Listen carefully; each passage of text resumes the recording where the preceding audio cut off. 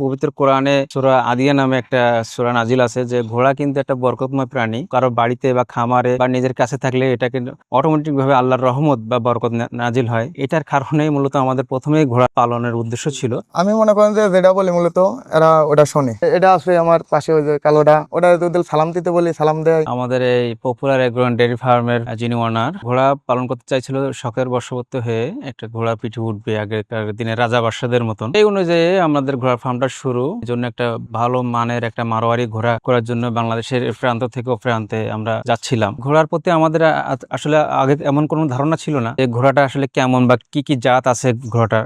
বাংলাদেশের প্রান্তে ও প্রান্তে যখন ছুটে চলছি তো বিভিন্ন জাতের ঘোড়া দেখা পাই, যেরকম দেশি ঘোড়া, মারোয়ারি, সিন্ধি এবং বিভিন্ন ক্রোস জাতের ঘোড়া। তো তার ভিতরে আমাদের সবচেয়ে চয়েজেবল ঘোড়া ছিল হচ্ছে মারোয়ারি ঘোড়া। এটা দেখতে সুন্দর, তো সেই অনুযায়ী আমরা যাচাই বাছাই করে একটা ঘোড়া কিনলাম। কেনার পরে একটা জিনিস আমরা লক্ষ্য করলাম, সেটা হচ্ছে যে বাংলাদেশে কোথাও আসলে ওইরকম কোনো ব্রিডিং ঘোড়ার ফার্ম নেই যে যেখান থেকে আপনার বাচ্চা উৎপাদন হচ্ছে এবং সারা বাংলাদেশে সেটা ডিস্ট্রিবিউট হচ্ছে। যারা রেস করে বা অন্যান্য বাংলো বাড়ি রিসোর্ট, যারা যে ঘোড়াগুলো আমরা দেখতে পাই, এই ঘোড়াগুলো হচ্ছে আমরা সেভাবে খুঁজে পাচ্ছি না। আমরা যেখানে যাচ্ছি আমরা একটা জিনিস দেখি যে আপনার ইন্ডিয়া থেকে ঘোড়াগুলো তারা কালেক্ট করে এবং হচ্ছে বাংলাদেশে তারা বিক্রি করে। আমরা যখন আনতে গেছিলাম সেখানে আমরা একটা জিনিস লক্ষ্য করছি যে আসলে ঘোড়ার বাচ্চা তেমন অ্যাভেলেবল না। এই জাতের মারোয়ারি জাতের ঘোড়ার বাচ্চা অ্যাভেলেবল না। যেখানে যায় আপনার বড় জাতের ঘোড়াগুলা, যেগুলো আপনার রেসের কাজে ব্যবহৃত হয়, কোনো ফার্ম আছে বা কারোর বাড়িতে যে বিট করতেছে এমন কিছু পাচ্ছি না। তখন আমরা প্রশ্ন করলাম যে আপনারা কেন হচ্ছে এটা বিট করান না বা এর থেকে বাচ্চা নেন না। অনেকের কাছে যে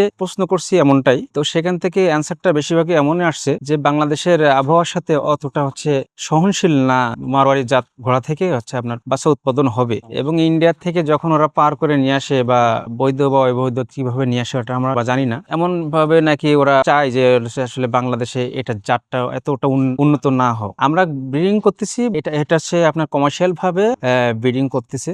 বাংলাদেশে আমরা যখনই হচ্ছে আপনার ঘোড়া কালেক্ট করার জন্য এখান থেকে ওখান থেকে ছুটে বেড়ালাম, তখন আমরা দেখছি যে হয়তো কারোর বাড়ি একটা দুটা হচ্ছে বাচ্চা কনসেপ্ট হচ্ছে বা বাচ্চা দিছে। তো ঘোড়াগুলোর আসলে জাত উন্নয়নটা ঠিক ছিল না। হয়তো কেউ মারোয়ারির সাথে সিন্ধি ক্রস করছে বা মারোয়ারির সাথে দেশি ক্রস করছে, এমন কিছুটা ধারণাটা নিয়ে আছে আমরা মূলত খামার আমাদের প্রথম একটা যাত্রা শুরু। একমাত্র এখান থেকেই মারোয়ারি জাতের ঘোড়াটা উৎপাদন হবে, আমরা বাংলাদেশের বিভিন্ন অঞ্চলে এটা পৌঁছে দিতে পারবো। আমাদের এখানে এখন পর্যন্ত 3টা বাচ্চা হয়েছে। এগুলো আপনার ঘোড়াগুলো আছে ম্যাক্সিমাম সবই প্রেগনেন্ট, কোনোটা 9 মাস, কোনোটা 8 মাস, কোনোটা 5 মাস। ঘোড়া আসলে মূলত বাচ্চা দেয় 11 মাসে একটা করে বাচ্চা দেয়। আমাদের এখানে যে 2টা বাচ্চা আছে, এটার প্রথম আমাদের ঘোড়ার প্রথম বাচ্চা। অ্যাডাল্ট যে ঘোড়াগুলো আছে বড় ঘোড়া, এগুলো আমরা বিক্রি করি। ঘোড়ার খাবারটা হচ্ছে আপনার গবাদি প্রাণী যে খাবারগুলো, এইগুলোই একই খাবার। যেরকম গবাদি প্রাণী যে গম ভুসি, ছোলা ভুসি, ডাবলি ভুসি, ঘাস, এই খাবারটুকু আমরা ওদের খাওয়াই। এদের আবার দুধ খাইতে পছন্দ করে, যেটা আমরা গরুর দুধটা খাওয়াই, ওদের কাঁচা ছোলাটা এগুলো খাওয়াই। প্রতিনিয়ত আমাদের এখানে ফোন আসে বা এখান থেকে যারা ভিজিটর আছে তারা দেখতে আসে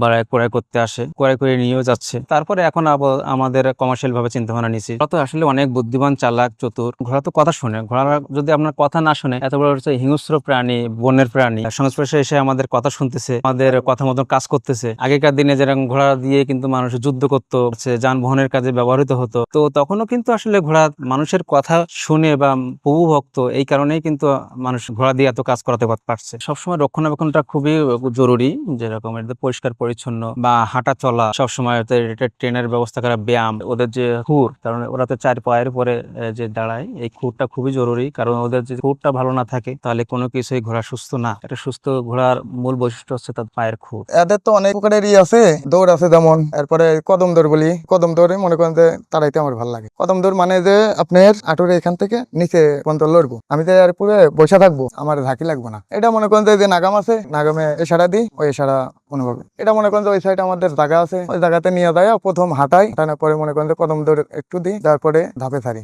ধাপ দৌড় আছে।